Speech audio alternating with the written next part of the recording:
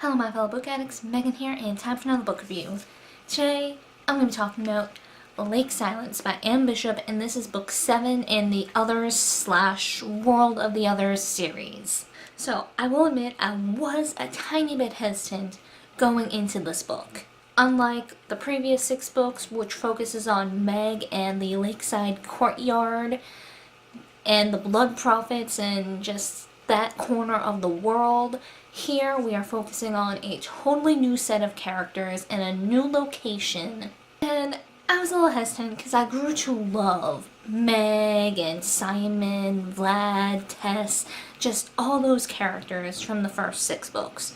We've spent 6 books, growing to love them, being attached to them.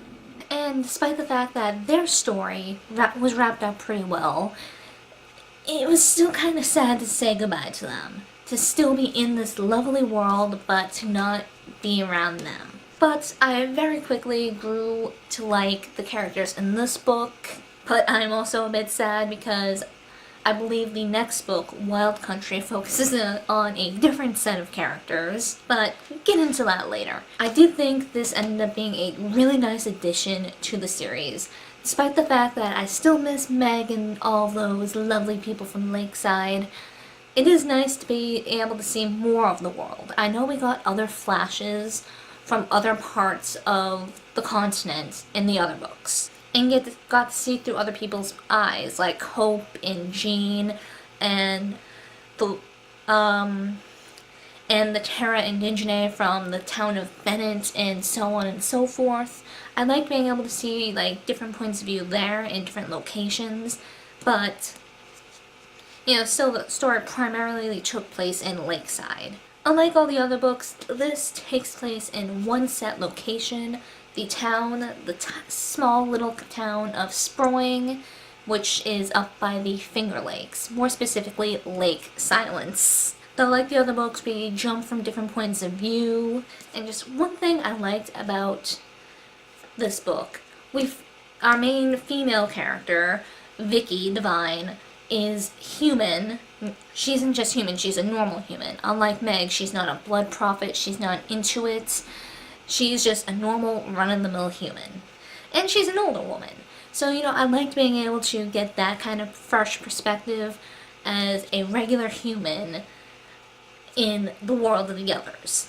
So, our main character, Vicky, has recently divorced her husband of 10 years, and her husband was a horrible human being. He was trash. I feel so bad for Vicky. I believe it was hinted that she had to deal with some horrible treatment as a child. I don't know if I'm reading too far into a little line that was in here, but she suffers some horrible anxiety attacks that are often triggered by someone, specifically a guy or a male, getting angry and raising his voice at her. That usually is a pretty good trigger for an anxiety attack for her. So yeah, she recently divorced her husband, or her husband divorced her, I guess I should say, and in her divorce settlement, she was giving the deed to this area of land on Lake Silence. She's hoping to turn this area, known as the Jumble, which is a main house with all sorts of little cabins. It could be a nice little vacation spot. She wants to turn it into a little business so she can support herself. So she has spent months trying to build this place up to try and make it habitable and livable for her to start taking in guests. And she has one guest currently, who is Aggie, and very early on we discover that she is a member of the Crow Guard, which poor Vicky found this out the most horrifying way. She walked into the kitchen to see Aggie trying to heat up an eyeball, and that's kind of what made Vicky realize, okay, Aggie is not a human, she's not a runaway, she is a other. And Aggie tells her she found this eyeball, as well as the dead man it belonged to, on the edge of her property. And this dead human is just the start of a whole wave of trouble for poor Vicky. And just heaps of trouble. I'm trying not to go into detail because I don't want to give any spoilers, but just this poor woman has so much thrown at her and has quite a bit riding on her shoulders. As for a synopsis, that's all I feel comfortable doing without giving too much away, but I enjoyed the characters in this book. I found myself quickly growing to like them, or in some cases, like her ex-husband, Vicky's ex-husband, I quickly grew to dislike them. Which, you know, I should dislike him, but because he's a horrible trash person. But that's the whole point, so it's okay for me to dislike him.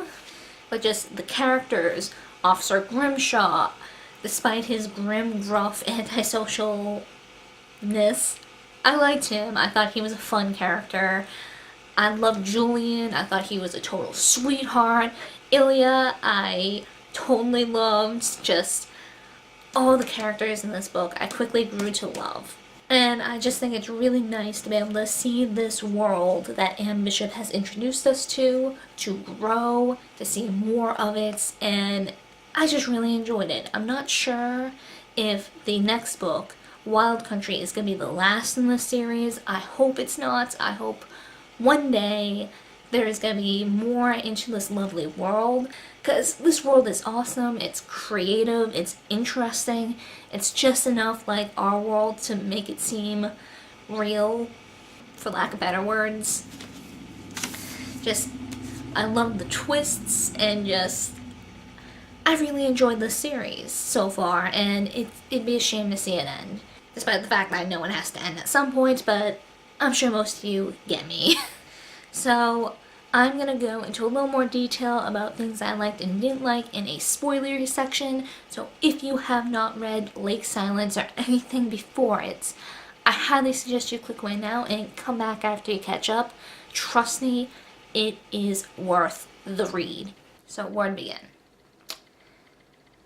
Since it's the first thing that comes to my mind, I still love how, what's a good word to describe it? Naive others can be when it comes to certain human, like, quirks.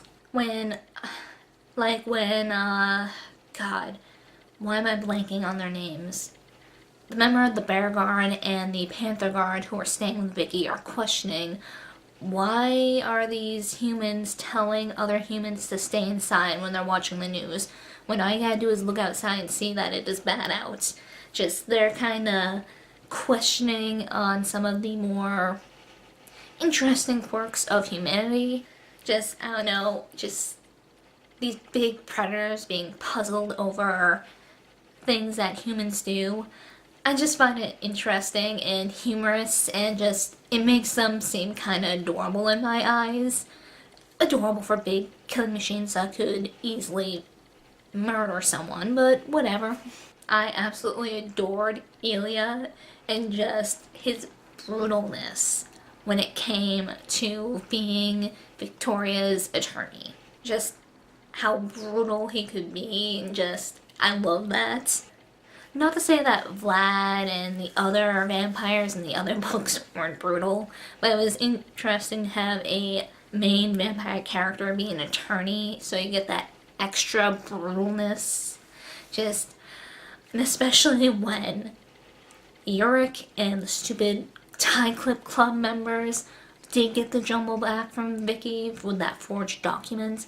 I loved just how he handled the situation and how he just totally screwed Yorick and his buddies over. Like, no, you're gonna give Victoria the money that she put into this, and she's gonna be taking everything that she has purchased for the jumble back, and just how they followed that to the T. If it had a receipt, it was coming with her. Just, And then, you know, the fact that Vicky actually kept, like, receipts for literally everything. And this is why you don't throw away your receipts. You never know when a situation like this could happen. It is a good thing to have your receipts. Just, even taking, like, the light bulbs and the toilet paper, and it was just gold. I loved it. And I love the little references to characters from the previous books. You know, Vlad was mentioned. Ilya actually called Vlad up to ask him some questions about humans that might suffer for mental illnesses, like Victoria with her anxiety.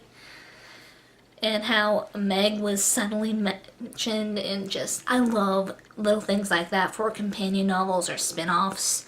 Just little cameos, little mentions. I love them. Another thing that I found interesting in the previous books, every single member of the Terra Indigene had their surname be like what type of other they were. Like Crowguard, Wolfguard, Bearguard. I cannot for the life of me pronounce the proper name for the vampires. I'm not even gonna try. Just everyone's last name kind of matches up.